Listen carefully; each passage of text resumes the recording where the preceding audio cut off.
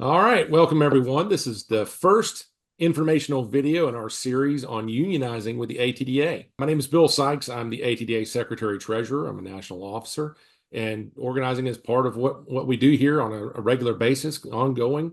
And we want to help you guys make an informed decision on the issue of unionizing with us and bringing us in as your representation. One of the most commonly questions we get, we're going to address it, and that is, what is an A card? People ask about this all the time. We have a lot of inquiries, and to help give you some straightforward answers in a factual and concise way, I've got ATDA President Ed Dowell with me today. We're going to have a brief discussion. So, President Dowell, how's it going today? Good. How are you?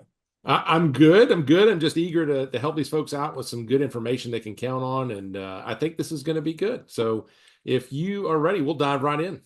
Yeah, A card is always a common question we get. All right. Well, that's the question. Question one: what is an A card, and why are people talking about it when they want to unionize? Right. So, under the Railway Labor Act and the National Labor Relations Act, employees that want to organize are required to send their intent to the organization or the individual or whoever, and then it gets filed on their behalf. And each form is unique to the Railway Labor Act or the National Labor Relations Act.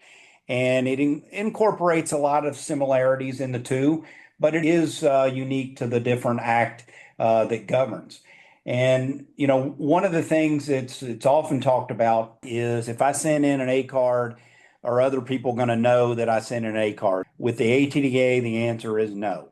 We do not share the names, email addresses, phone numbers, addresses, or any of that with the general public or other prospective employees. We keep it internal at the highest level of our organization, and we do not share it with internal organizers within the property being organized. What we do is when we gather the appropriate number of A cards, currently that's one above 50%, so 50% plus one. When we get to a level that as president I determine is sufficient in order to file, we share that with either the National Mediation Board or the National Labor Relations Board. They then are obligated under the particular act to give the list of names and the A cards, or at least a copy of them, to the individual carriers to challenge the validity of those cards. So the short answer is we don't share them with anyone other than the National Mediation Board, but they are ultimately available to the carriers to challenge the validity of them.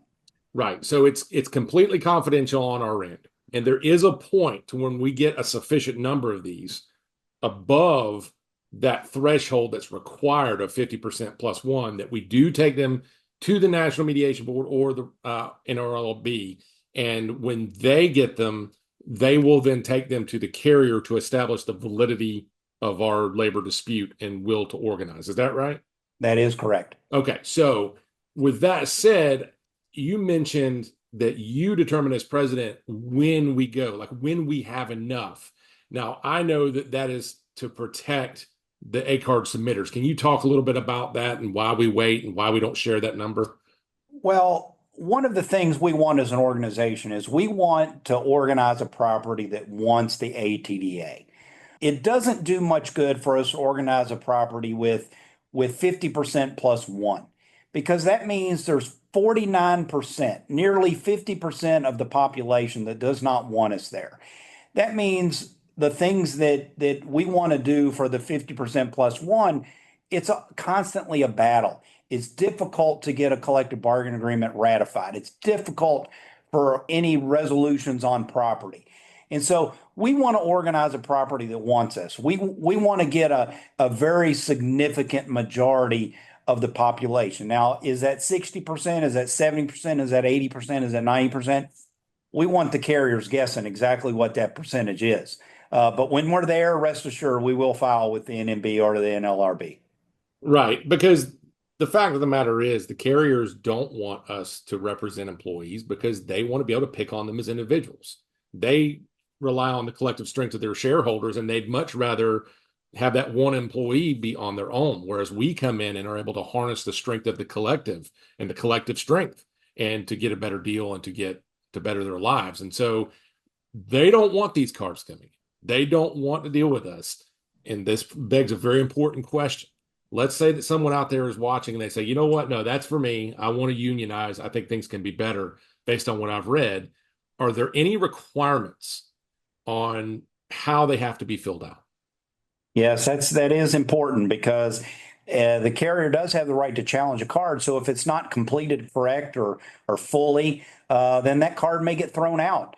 And as we get closer and closer to that 50%, they're going to do everything they can to get cards excluded. So some of the things on the card is it needs your name. So what's important is you put your full name and you write it legibly. Because if we can't ascertain that the person on the card is actually a person who wants to be organized, an employee of the railroad, it will get excluded. You need to spell out employer exactly who it is.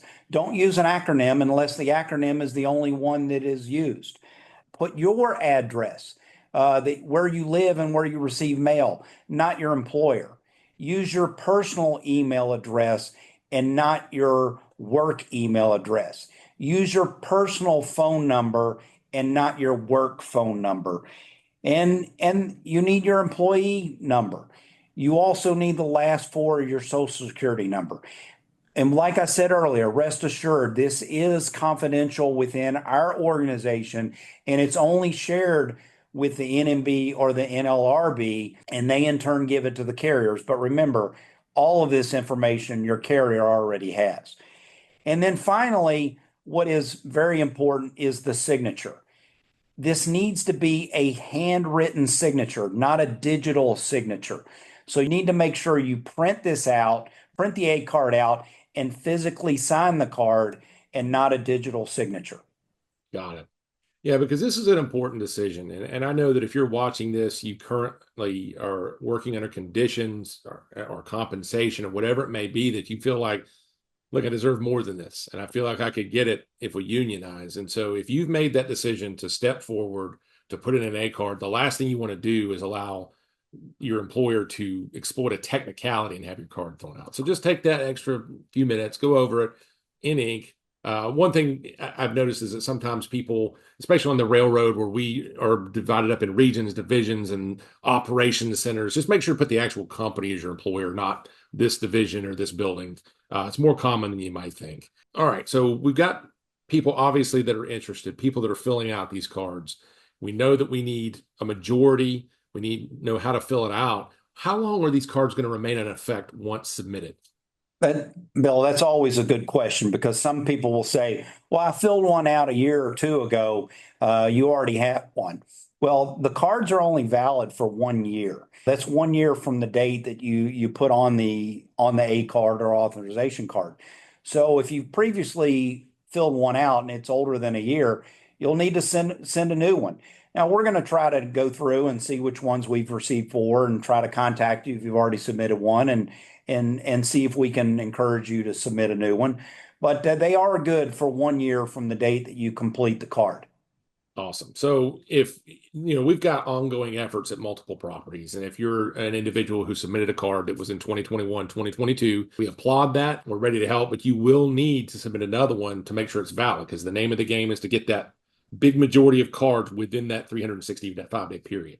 Now, let's say they filled out right and they're ready to do it now. Either they're refreshing their card or submitting a new one. How do they submit it?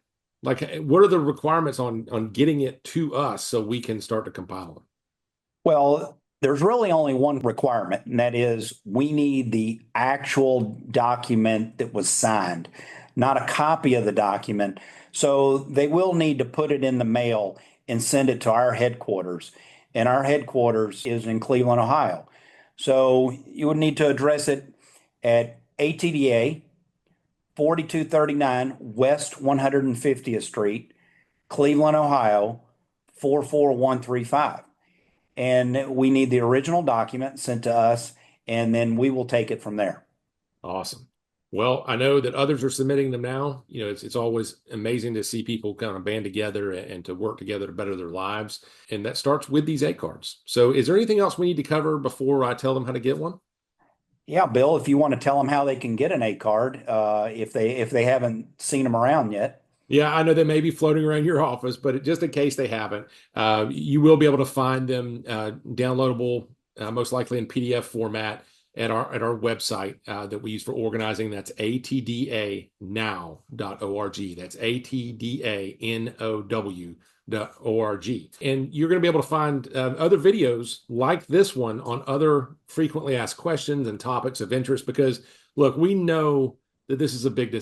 We know that there's a lot to weigh out in this, and we just want to provide you with factual information. We're very confident that you're going to be able to review the facts and see that, hey, rather than go it alone, the collective strength of other rail workers unionizing through the ATDA is going to provide me with a better life. It's happened to so many people across the country. We represent properties from New York to Miami to Alaska, and just are really able to help. So visit our website.